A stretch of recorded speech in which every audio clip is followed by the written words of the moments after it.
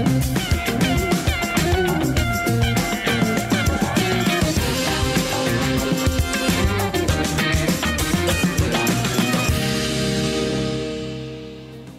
and good evening, I'm Melissa Idris. And I'm Sharad Kutin. You're watching Consider This, the show where we want you to consider and then reconsider what you know of the news of the day.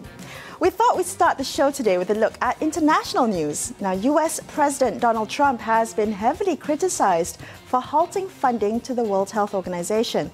On Tuesday, Trump accused the WHO of mismanagement and covering up the spread of COVID-19. He claimed the WHO had failed the US people and that no more funding will be provided until a review is conducted within 60 to 90 days. Now, the US is the WHO's single largest funder, to which it gave more than $400 million in 2019. That's about 15% of the WHO's annual budget. The Gates Foundation is the second largest funder, and just after Donald Trump's funding cut announcement, the Gates Foundation said it would spend an additional $150 million on COVID treatment and vaccine research, raising its total commitment to $250 million. There you go. Melissa, of course, you know, any organization, and WHO included, are not fallible. They're not infallible. Not infallible. You know, and so the question is, whatever's lacking and has been lacking, yes, you know, the question is whether this response is adequate. And in fact, could it be detrimental to the global fight against the pandemic? Well, I think that's one thing. Yeah, I have to agree with you. I mean, the WHO has come under fire for some aspects of its handling of the pandemic. I mean, it's been accused of being too deferential to China, but is this the right time to then, I guess, conduct a review into the WHO's performance over COVID? Yeah, and because there's a question of Donald Trump's performance itself within his national context. The man who's so full of rancor doesn't inspire confidence, I think, when it comes to the integrity of his response, right? Why is it that he's chosen now to attack the WHO and pull funds? So that aside, I think it's very interesting, Melissa, to think about how leadership has emerged, and good leaders or bad leaders, or good leaders with bad responses, bad leaders with perhaps good responses to this particular crisis. Definitely. And Donald Trump, because, you know, well known for a huge number of videos now, you know, the got a meme status where he's attacking journalists, he's refusing to answer questions. Not a man that inspires much confidence. Well, who does inspire confidence? According to some news reports, the countries with the best coronavirus responses have women leaders in common. So we're looking at you know, some key traits like decisiveness, for instance, in South Korea, among the first and the fastest response, and also from New Zealand, where clarity and decisiveness have shown to be saving New Zealand from the worst of this pandemic. And Iceland also turning to tech to offer free COVID testing to all its citizens. I mean, elsewhere, we're just doing testing for those who are symptomatic, whereas Iceland is across the board. Everyone gets tested, and they use tech to track the public so that they haven't had to lock down schools or the communities. Well, Melissa, because, you know, a subject for your show in the future is a female. When this you know, crisis passes, I think that the issue may be not so much gender, but a kind of certain demeanor, and I think it's got to do with the population itself. Different countries, it seems, and their populations allow for different things. Different citizenry respond to, say, things like the lockdown. So, you know, compliance with social distancing. South Korea just conducted an election under these conditions because people agreed to the general terms, which included that if you were positive, that you would not take public transport to the polling station, you would only walk to it or take your own car. These things, some people in some countries would be agreed to say, well, you know, it's my right to take public transport. Here, people willingly in South Korea making sacrifices for the larger community. That's right. Well, let's turn our attention now to India, where the leader of the Tablighi Jamaat group has been charged of culpable homicide not amounting to murder. This was for holding a gathering last month that India's authorities are claiming led to a big jump in COVID-19 infections. The 191 Malaysian participants of the Tabligh event in New Delhi have now been quarantined in hospitals there, and critics of Prime Minister Narendra Modi's government have cautioned against fanning communal tension by laying the blame for the spread of COVID on the Tablighi group. Yeah. But yes, but also, you the know, response is that. yeah, the idea of laying the blame on in an area as vast as India on a single cluster is extraordinary. But because it seems completely understandable in the light of Narendra Modi's administration's record on attacking minority groups. And so, you know, the fact that he's gone after the Tabligh movement, the fact that he's got this because Muslim minority organization in India is no surprise. You know, it seems like all over the world, politicians have continued with the worst traits. So Viktor Orban in Hungary taking control of his country, you know, basically allowing parliament there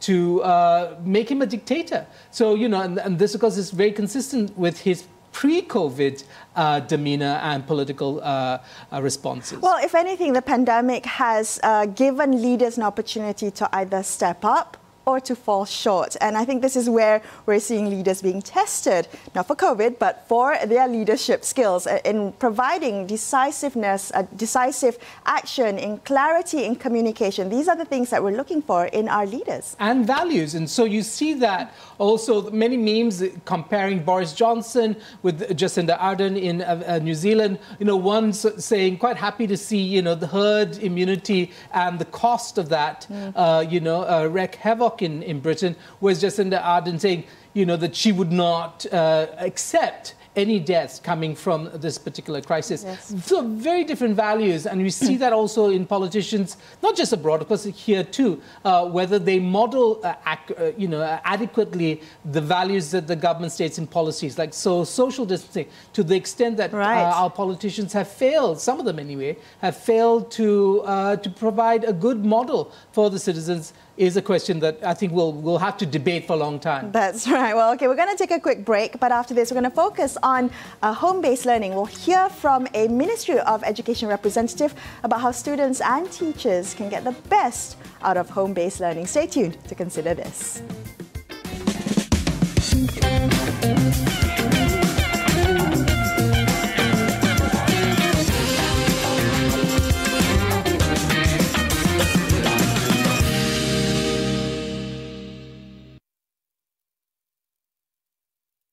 Kena lagi pakai jago lah.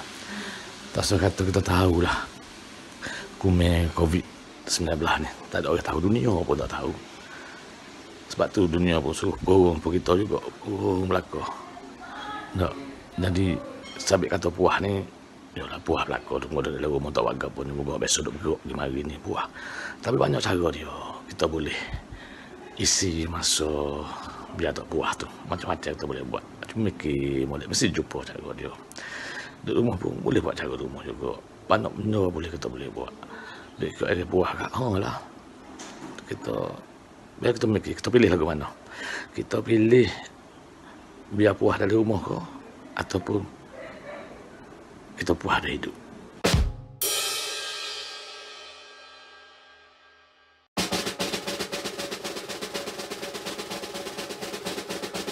Assalamualaikum, saya Sharifah Syaira. Nak ucapkan kepada semua yang duduk.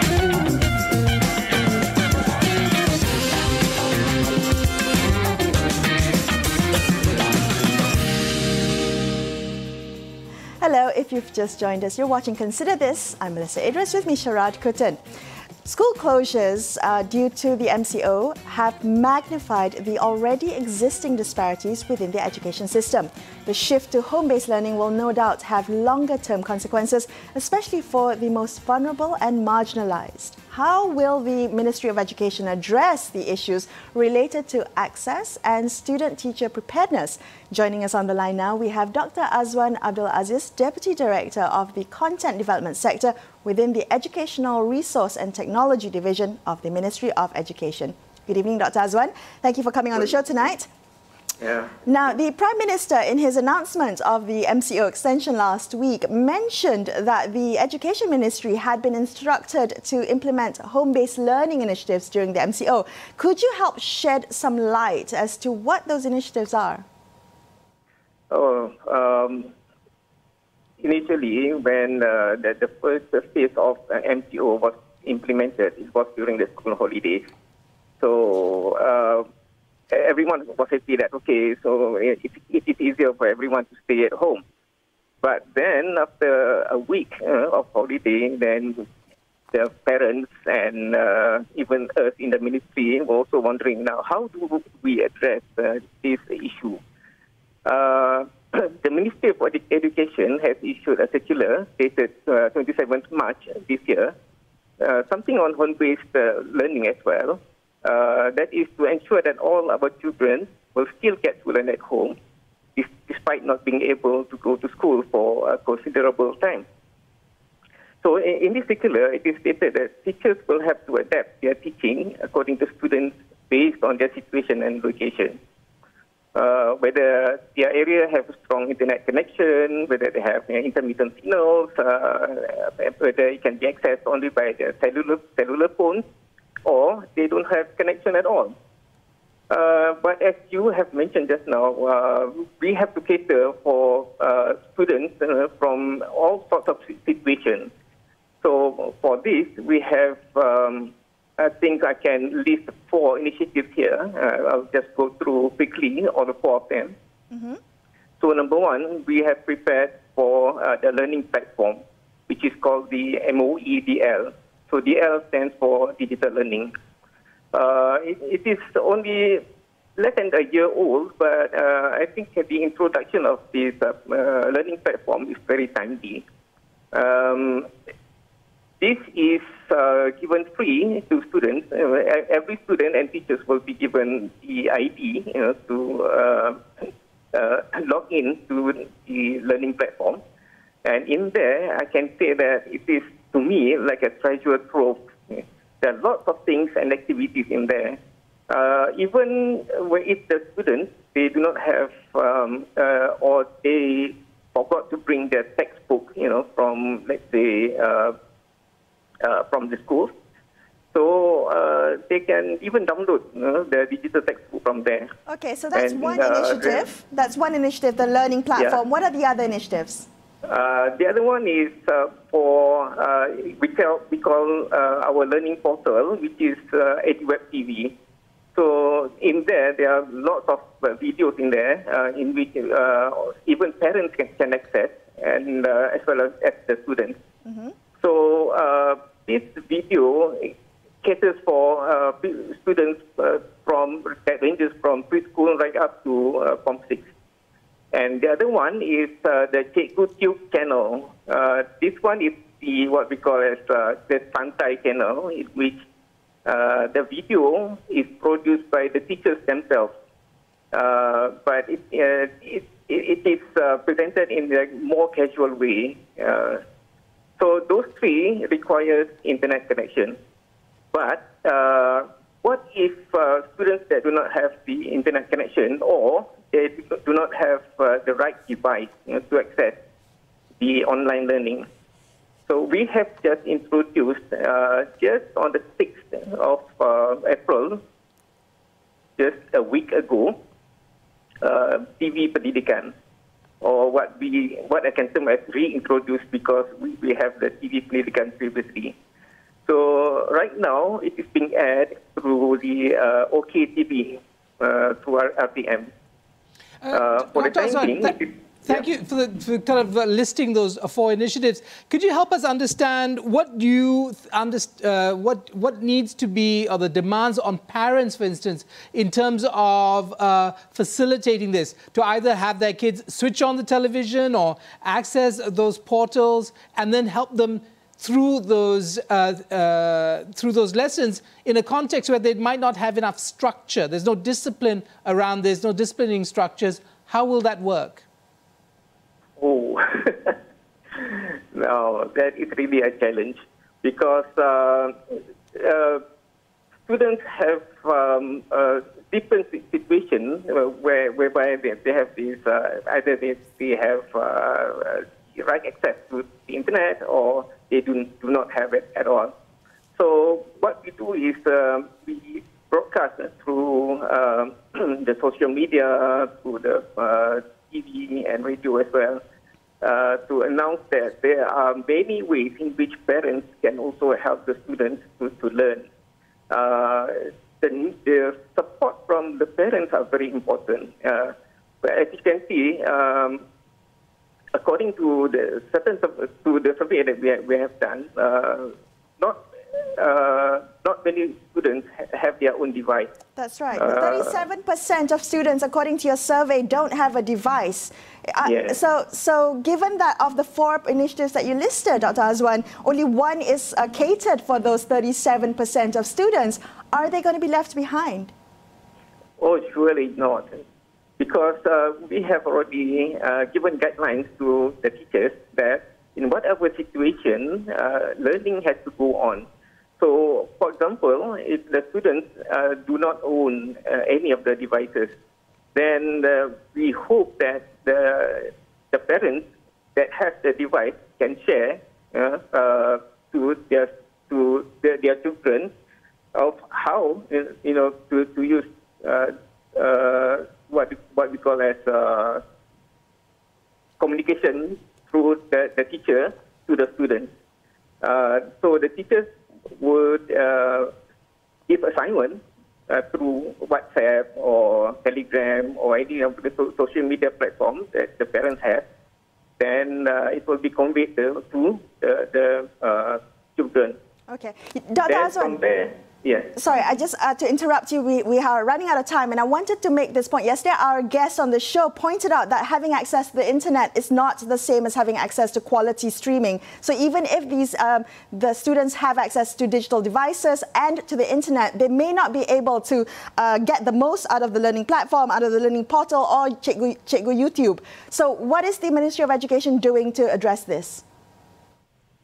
As I've mentioned before, what we can do is to try to vary in terms of the delivery by the teachers. So let's say if they do not have any access at all to the internet, so they have to go through TV Pendidikan. And because as you have said, the connection problem that is caused by not having strong internet connection, for example, that can be addressed by using telephone. So it will be good if they have a cellular telephone at home, at least so that they can access that. But failing that, we would have to go through TV Pendidikan, which is our means of reaching out to the interiors as well as those that do not have the proper gadgets to access. Okay, Dr. Azwan, we have just 1 minute left. I want to ask you, post-MCO, when things return to somewhat normal, what are the priorities of the ministry to get everybody to catch up, fill the gaps and address these problems? Do you have plans for post-MCO? Actually, we do, but as you can see, there was this announcement made by the Education Minister that students will be returning to schools in phases. So what we have to do is to still rely on either it is online learning or TV Pendidikan, and will continue until students can all of the students can return to school in a normal way. So right now we have to get used to the new normal, which is learning, which we call as distance learning. Distance learning. Dr. Azwan, thank you so much for speaking with us. We really appreciate that the Education Ministry came on to share their insights and the initiatives of home-based learning or distance learning, as you put it. Appreciate your time on this. Now we're going to take a quick break on Consider This, but more on home-based learning in just a few minutes. Stay tuned.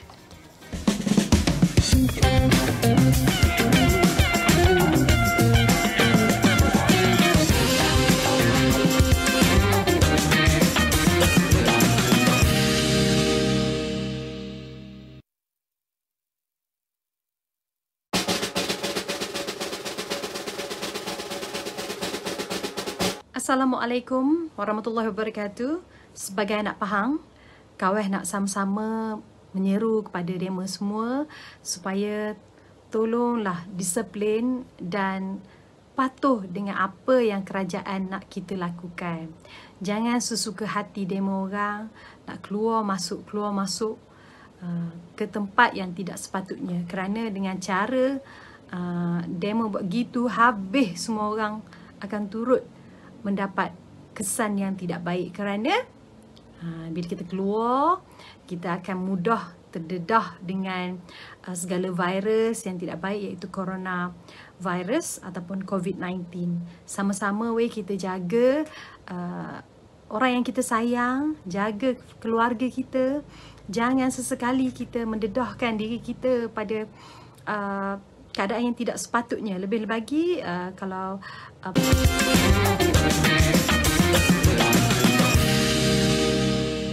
Thank you for staying with Sharad and I on Consider This. The closure of schools due to COVID-19 has affected millions of students nationwide, but school closures don't affect every child the same way.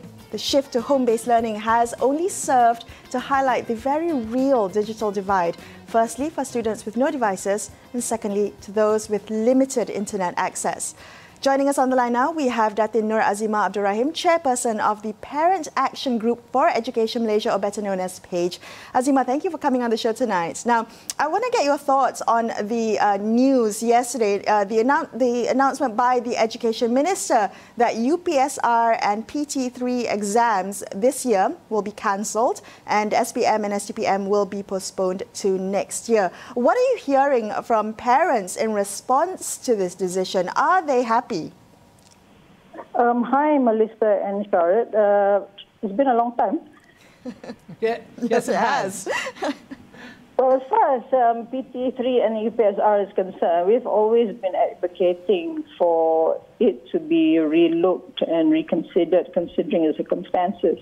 And when it was announced that these will be abolished, we were quite pleased, because I think children or students should be given a chance to prove themselves. And as far as COVID-19 is concerned, there's very little that we can do about it, but to run through its phase. So. It's wonderful also that the fact that there may be other forms of assessment such as school-based projects and exercises, which probably is what we should be heading towards, rather than having stressful major examinations. Similarly, with SPM and STPM, we like the idea that it's being pushed into the first quarter of next year, because there is really no rush, because between SPM, STPM and moving on to university and college, there's always that cushion or leeway before the academic year begins. So we're quite happy as the way it's turned out. So are you saying in some paradoxical way that this crisis is an opportunity to also rethink the way we do things in school? I mean, what would you like to see change in a permanent sense that comes out of this particular crisis?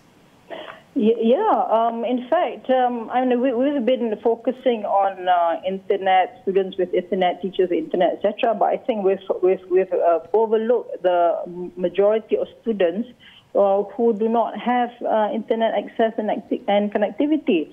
And I think what we should be doing now is, one, see how homes and schools still, how we can improve internet connectivity, and how we can bring the internet into homes which don't have it. Because as it is, home-based learning, as much as everybody's talking about it, actually doesn't exist.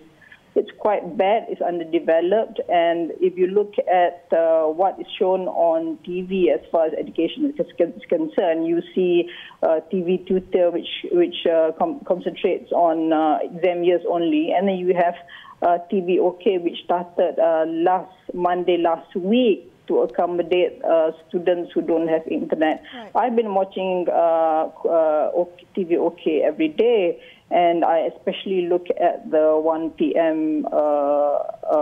show slot, which is for primary school. But it doesn't tell you what is going to be shown at 1 o'clock every day. So you have to be in front of the TV and see whether they're covering Standard 4, Standard 5, or Standard 6. And similarly with the 9 a.m. slot, whereby you have to guess whether they're covering, Form 1, 2, 3, or 4, or 5. And then with just 2 hours a day, that's grossly inadequate. And then while I was watching it over the weekend, instead of showing something new, they actually repeated what was shown on a weekday. So we already have such little time, and yet you're repeating lessons, so it doesn't make sense. So I think in the long run, we should look at developing TV as a learning tool, not just for times of crisis, but for maybe children who cannot go to school. Yeah, that's a really good point. I think also something to consider for those who, as you mentioned, don't have access to quality internet streaming or to digital devices. The digital divide is real, and so is digital poverty. I do want to shift the conversation very quickly to the challenges of transforming the home into one that is a conducive environment for children for virtual learning, especially for children who perhaps may be more accustomed to the structures and the routines of school, given that home-based learning is very unstructured and that's difficult without a real discipline. It's very difficult because, especially during COVID, you also have the parents working from home. So we've already been into the topic of devices. Imagine having to, share devices with parents who need to work from home. So I think it's very, very challenging for parents. And, and as much as they want to see kids in school, they also worry that, are schools really safe enough for their children to be in? So it's a very challenging moment at this time. Okay, so there's the digital divide. There's also a class divide, and I mean class not just in terms of incomes, but also perhaps capacities. Not all parents can teach. Not all parents can know the subject matter and have often relied on schools to do better than they could. What do you do about that in the long term? The fact that parents are not all the same, and and some of them just can't be teachers. Definitely.